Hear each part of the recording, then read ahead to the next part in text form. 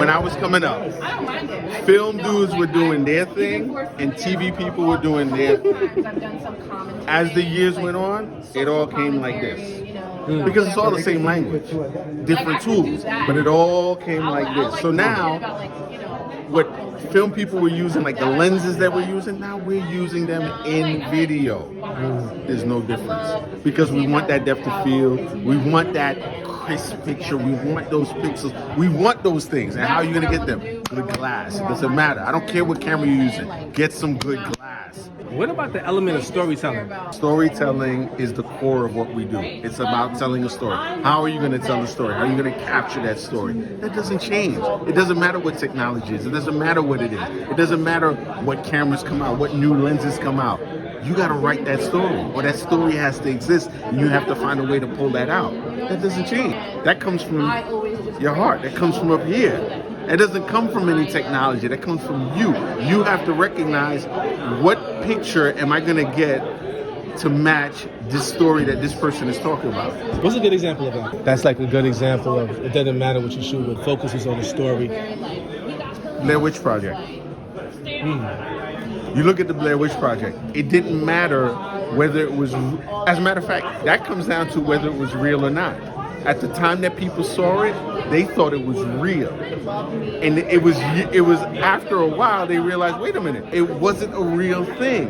So again, storytelling, if you know how to tell a story effectively and it touches people, that's it. Yeah, I kind of feel like today in television, people don't give a fuck if it's real or not. Whatever it is, that psychological thing about like what attracts you psychologically, that keeps you interested in like the drama that's created.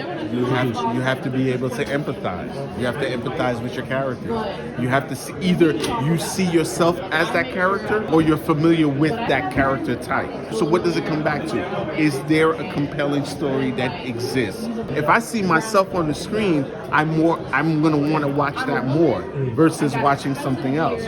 Or maybe I want to escape my reality and watch something that's fantastical. But how do you feel about people that watch reality television and believe that it is real? Is that the case, or that they don't give a fuck? I think it's both. I think that they don't realize that it's not real, but I also think because of social media, they realize they don't give a fuck that it's not real. They don't care that it's not real. They just like, it's fun, it's entertaining. It also helps them escape whatever their current reality is. If I'm a single parent living in a one-bedroom apartment with 4 kids, I want to watch something that's going to help me escape. I want to watch something that's going to take me out of where I'm at. So getting back to the Blair Witch Project, yeah, the authenticity of the storyteller, right, and the story itself. It wasn't real. It was a project, but before it was exposed, everyone believed it. Prior to social media, you sat down and you watched TV. You turned on Channel 5 or whatever it is. You turn it on. Whatever they're giving you, you're just taking it in.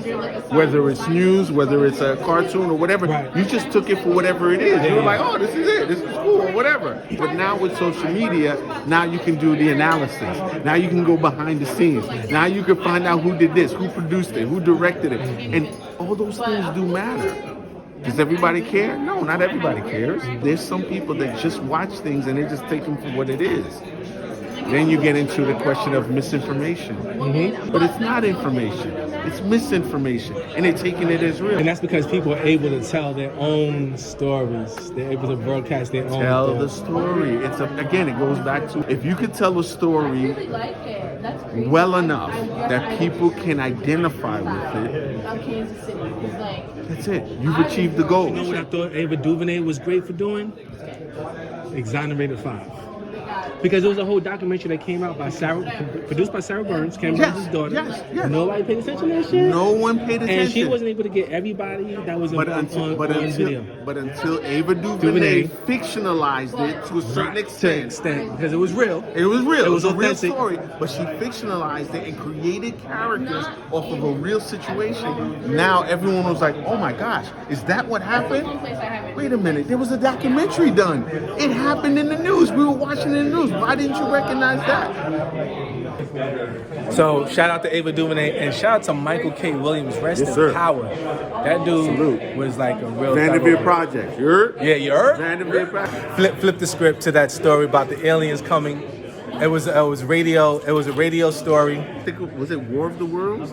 And not the Tom Cruise movie, but it No, was no, called no. World. It was called War of the Worlds. Orson Even Welles. Citizen Kane. Orson Welles was an actor who did Citizen Kane. And he Directed. did, right, he directed it, and then he did War of the Worlds, where they acted a whole thing about aliens attacking the world And it was broadcasted on the radio. on the radio. And at the time, people thought it was real. That it was real. What did they do? And people were jumping out their windows. They were running out. They were calling Traffic police. jam on the I-95, trying to run from the aliens. That was a made-up story, like the Blair Witch Project. I mean, have you seen the movie? You tell the story well enough, people will identify.